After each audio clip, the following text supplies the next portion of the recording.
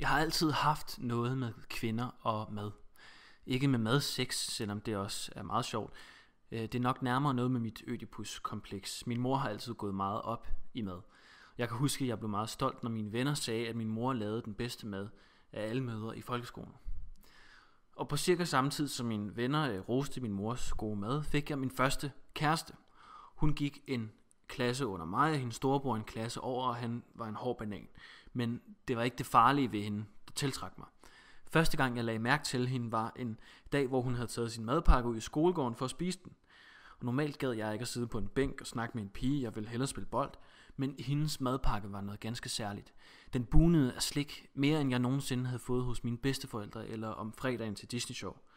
Der var det klassiske madpakkeslik, knopper som mælkesnitter, og der var fødselsdagsslik som slikkepinde, sukkerhalskæder og Smarties i farverige æsker. Der var de sunde alternativer, som jeg fik lov til at få med en gang imellem.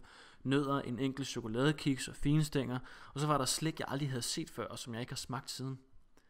Og vi blev kærester, fordi hun ikke selv gad spise slikket, og jeg kunne slippe for at kysse hende, hvilket jeg stadig synes var lidt klamt, hvis jeg proppede mig nok gennem hele frikvarteret. Og den rollefordeling skiftede så med min næste kæreste.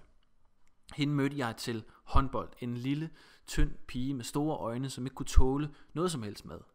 Min mor var ikke så glad for det, da hun kom til middag, men jeg synes, at det var spændende. Til gengæld snakkede hun konstant, hvilket min mor var glad for. Jeg synes, det var irriterende, fordi nu var det blevet spændende, det der med kysseriet. Og det eneste tidspunkt, jeg kunne snige mig til et enkelt kys, var, når hun endelig spiste noget. Hvorfor kysser du mig altid, når jeg tykker? Sagde hun en dag, og jeg svarede ærligt, fordi det er det eneste tidspunkt, hvor du ikke snakker. Og der blev det forhold så afsluttet.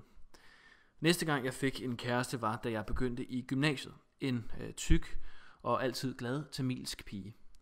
Og nu tænker du nok, at jeg blev kærester med hende på grund af den eksotiske mad, hende og hendes familie spiste, men så tager du fejl.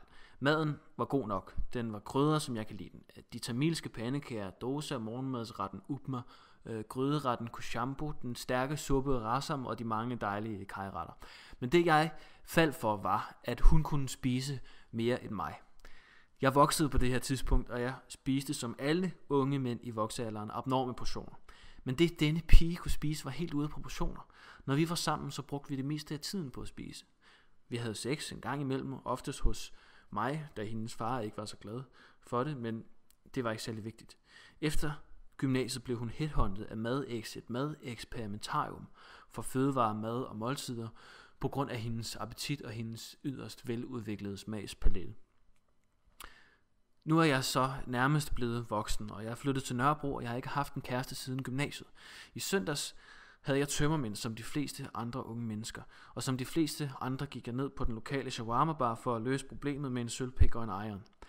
Jeg sidder i min egen verden og filosoferer over nattens udskejelser, da en smuk arabisk pige træder ind ad døren. Hun er som taget ud af 1001 nats eventyr. Langt, mørkt hår, smukke øjne og en gang som kun en royal kan have. Jeg følger hende med øjnene gennem lokalet, og snart går det op for mig, at hun går direkte imod mig. Jeg lægger min dume fremme og roder op i mit hår, og forsøger at smile det mest charmerende smil jeg kan med min dunkende hovedpine.